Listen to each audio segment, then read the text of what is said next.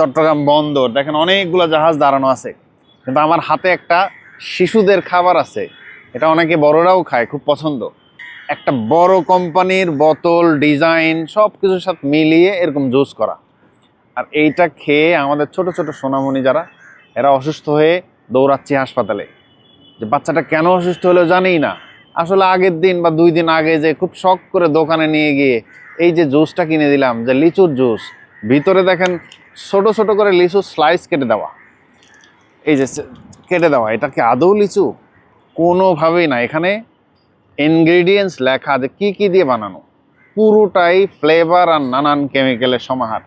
এইটা ছোট বাচ্চা যারা আপনার সোনামণি, এটা খেলে কোনোভাবেই সে সহ্য করার কথা না।